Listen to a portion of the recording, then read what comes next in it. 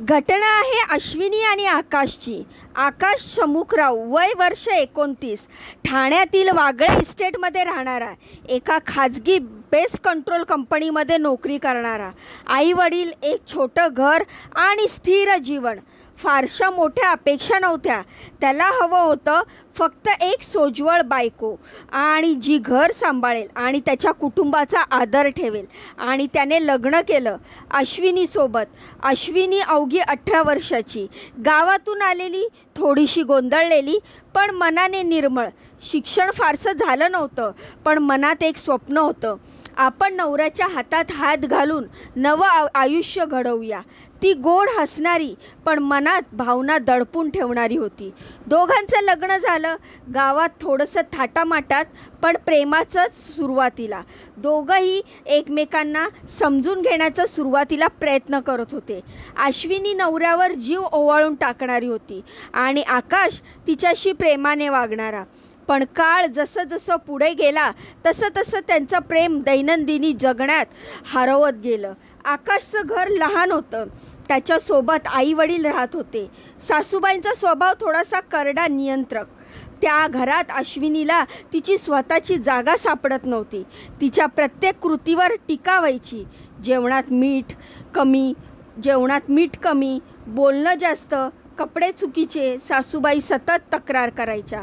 आकाशनं सुरुवातीला समजूत काढण्याचा प्रयत्न केला पण वेळेनंतर तोही गप्प बसायला लागला।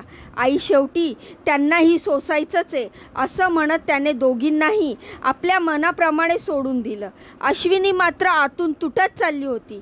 ती अनेक वेळा आकाशकडे मागणी करत राहिली, आपण वेगळं राहूया, काही फार दूर नाही पण आपलं स्वतःचं आयुष्य आपण निर्माण करूया।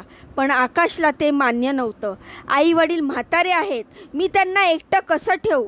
प्रत्येक वादाला तोटाच होता। एकमेकांबद्दल प्रेम शिल्लक होतं पण संवाद संपले होते। त्यांच्या संसारात गेल्या काही महिन्यापासून ताण इतका वाढला होता की घर म्हणजे रणांगण झालं होतं। एकत्र राहताना नकारात्मक ऊर्जा, संशय आणि दुःख इतकं साचत गेलं की ती दोघं रात्री झोपायला नातेवाईक रणजित शिरसाट यांच्या घरी जायला लागले।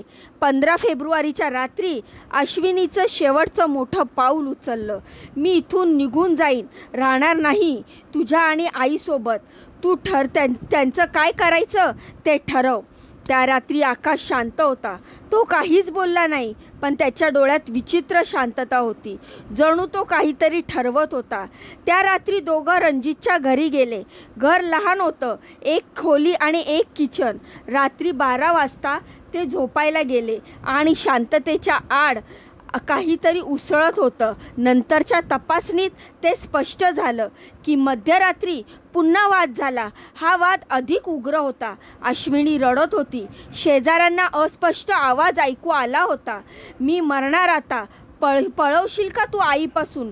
रागात आकाशने हातात लोखंडी रॉड घेतला आणि राग, वेदना आणि अपमानाच्या भरामध्ये त्याने अश्विनीच्या तोंडावर वार केले। एकदा, दोनदा, पुन्हा ती क्षणात कोसळली। तिच्या डोळ्यात आश्चर्य, भीती आणि अजाणपणा होता। ती जागीच मेली। रक्त पसरलं। तिच्या हातात अजूनही पतीचा दिलेल्या अंगठीचा स्पर्श होता। आकाश काही क्षण तिच्याकडे पाहत राहिला, मग साडी घेऊन गळपास घालण्यासाठी हुकाकडे गेला। त्याने शेवटचं पाहिलं आणि तो लटकला। 17 फेब्रुवारी सकाळी 10 वाजले तरी रणजितच्या घरातून कुठलाही आवाज नाही। तेव्हा शेजाऱ्यांनी मागून डोकावलं। आकाश लटकलेला होता आणि जमिनीवर अश्विनी रक्ताच्या थारोळ्यामध्ये। घाबरलेले शेजारी छताचा पत्रा काढून आत गेले। पोलिसांना बोलवण्यात आलं। ठाणे पोलीस उपायुक्त विनय राठोड, सहाय्यक आयुक्त जयवंत बजबळे घटनास्थळी आले। सीन इतका भयानक होता की तपास करताना पोलिसांची मानं झुकली। तपासामध्ये आकाशच्या मोबाईलमध्ये एक शेवटचा व्हॉइस मेसेज आढळला, माफ करा, तिला वेगळं घर हवं होतं. मला आई वडील नको होते. मी दोघांनाही हरवलं. अश्विनीच्या डोक्यावर हातोड्याचे वार आणि नखांनी ओरखडे आढळले. शरीरातून शेवटचा आक्रोश स्पष्ट होत होता. पोलिसांनी आकाशविरुद्ध खुनाचा गुन्हा दाखल केला.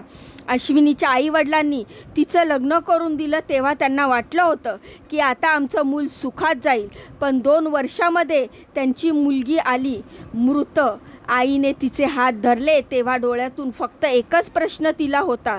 काय हवं होतं? फक्त स्वतःचं घर. तेही खूप वाटून मागावं लागलं. केवळ एक घटना नाही, समाजाला विचार करायला लावणारी ही घटना आहे. पत्नी वेगळं घर मागते म्हणजे ती चुकीची. पती एका बाजूला आई वडिलांशी बांधील आणि दुसऱ्या बाजूला बायकोशी. कुणावर विश्वास ठेवायचा या नात्यामध्ये संवादाचा अभाव असताना असं काय टिकतं? आज रूपादेवी पाडा क्रमांक 2 मधला ते घर बंद आहे. छतावरील हूक अजूनही आहे. जमिनीवरचे डाग अजूनही धूसर आहेत. या घटनेतून आपण काय शिकावं? तर प्रेम फक्त सुरुवात असते, पण ते टिकवण्यासाठी संवाद, समजूत, समर्पण आणि कधीकधी समोरच्याच्या गरजा मान्य करणं हेही महत्त्वाचं असतं. ही घटना ऐकून याविषयी तुम्हाला काय वाटतं? तुमच्या काय प्रतिक्रिया आहेत? मला कमेंटच्या माध्यमातून नक्की सांगा. जाण्याआधी व्हिडिओला लाईक करा, चॅनलला सबस्क्राईब करा. तुमच्या या बहिणीला पुढे जाण्याचा एक चान्स नक्कीच द्या. तर भेटूया पुढच्या व्हिडिओमध्ये अशीच महत्त्वपूर्ण आणि दमदार अपडेट घेऊन. तोपर्यंत स्वतःची काळजी घ्या. बाय आणि नमस्कार.